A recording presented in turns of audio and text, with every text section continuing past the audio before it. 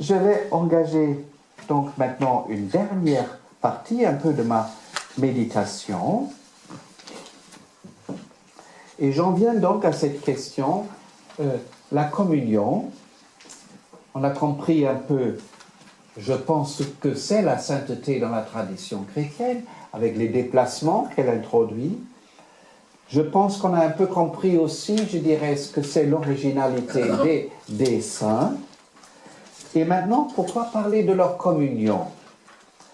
Et je dirais, cette notion de communion va nous renvoyer peut-être au mystère fondamental de toute l'humanité, où se situe celui que nous appelons Dieu, et c'est le mystère de nos liens d'humanité, de nos liens d'humanité.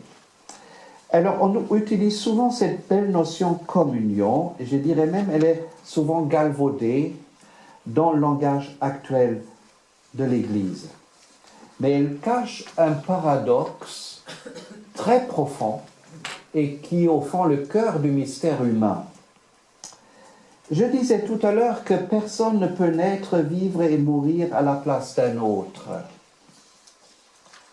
Nos existences, nos itinéraires sont absolument singuliers. C'est un peu le cœur de ma deuxième partie, l'originalité. C'est finalement une solitude ultime. Une solitude ultime. Solitude, attention, ne veut pas dire isolement. Mais personne ne peut, c'est ça qui est si excessif et démesuré. Personne ne peut vivre à la place d'un autre. Alors, vous voyez, comment concevoir en même temps une communion intime entre tant de solitude? Une communion, c'est ça le paradoxe. Une communion intime entre tous les saints, entre nous tous. Une communion qui est en même temps hospitalité. Vous voyez, je reviens maintenant à ce terme. C'est-à-dire, l'hospitalité, c'est d'une manière très concrète de vivre une communion. L'étranger devient un familier, devient un compagnon, devient un proche. Je me rends proche, voilà. Comme le Christ s'est rendu proche. Le royaume s'est rendu proche. Vous voyez, ce terme de proximité. Mais proximité ne veut pas dire fusion. Ne veut pas dire fusion. Solitude et communion. Et je pense que c'est pour le lieu par excellence, c'est le repas, évidemment, l'Eucharistie, la multiplication des pains, et toutes ces métaphores, ces images. Et finalement, les chrétiens imaginent l'avenir et la fin des temps comme un banquet éternel. On connaît ça parfois dans nos existences. C'est des moments de grâce. Un échange merveilleux. Ou dans l'Épître aux Galates, on a cette formule extraordinaire que Paul aime beaucoup. Portez-vous les uns les autres.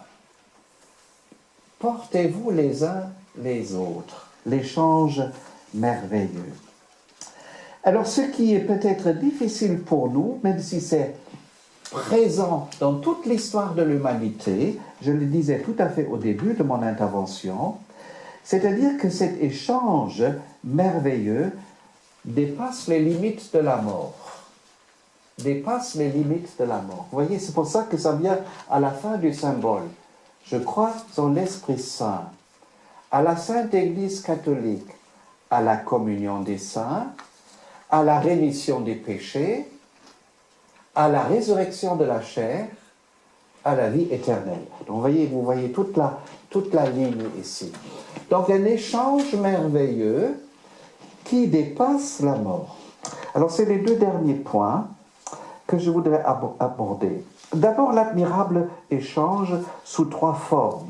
Je reviens, si vous voulez, ici à l'hospitalité, mais d'une manière un peu plus concrète. Les trois formes d'échange. D'abord, c'est l'action pour autrui. L'action pour autrui.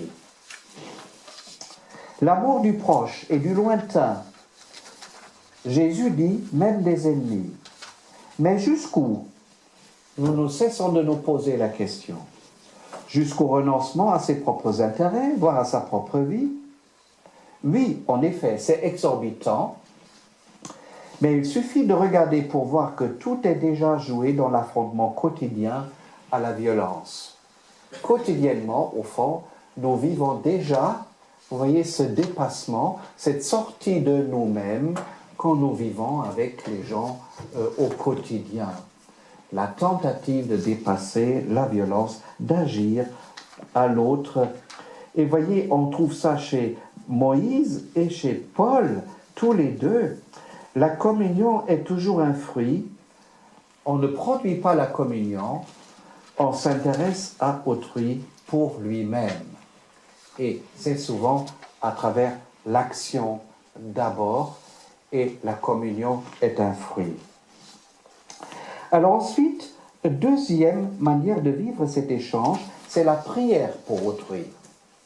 La prière pour autrui. Les saints sont des grands priants, des orants. Prière universelle pour tous les vivants, qui est déjà une victoire radicale, en un sens, sur la séparation. Parce que l'intercession pour autrui suppose de la part de l'orant un aveu d'incapacité de le rejoindre personnellement. J'aimerais bien enjamber l'abîme qui me sépare d'autrui, mais il ne veut pas. Et moi j'hésite, mais la prière peut traverser l'abîme de la séparation. L'intercession.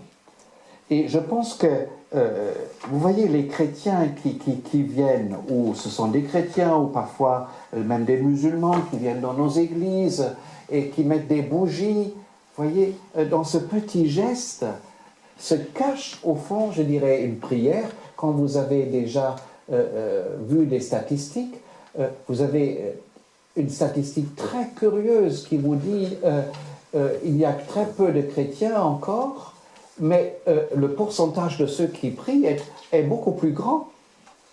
Et on voit bien les gens qui viennent, c'est-à-dire, c'est au fond ce sentiment, je ne peux peut-être pas par mon action traverser tel ou tel abîme dans la vie, de séparation, mais la prière peut traverser ces abîmes.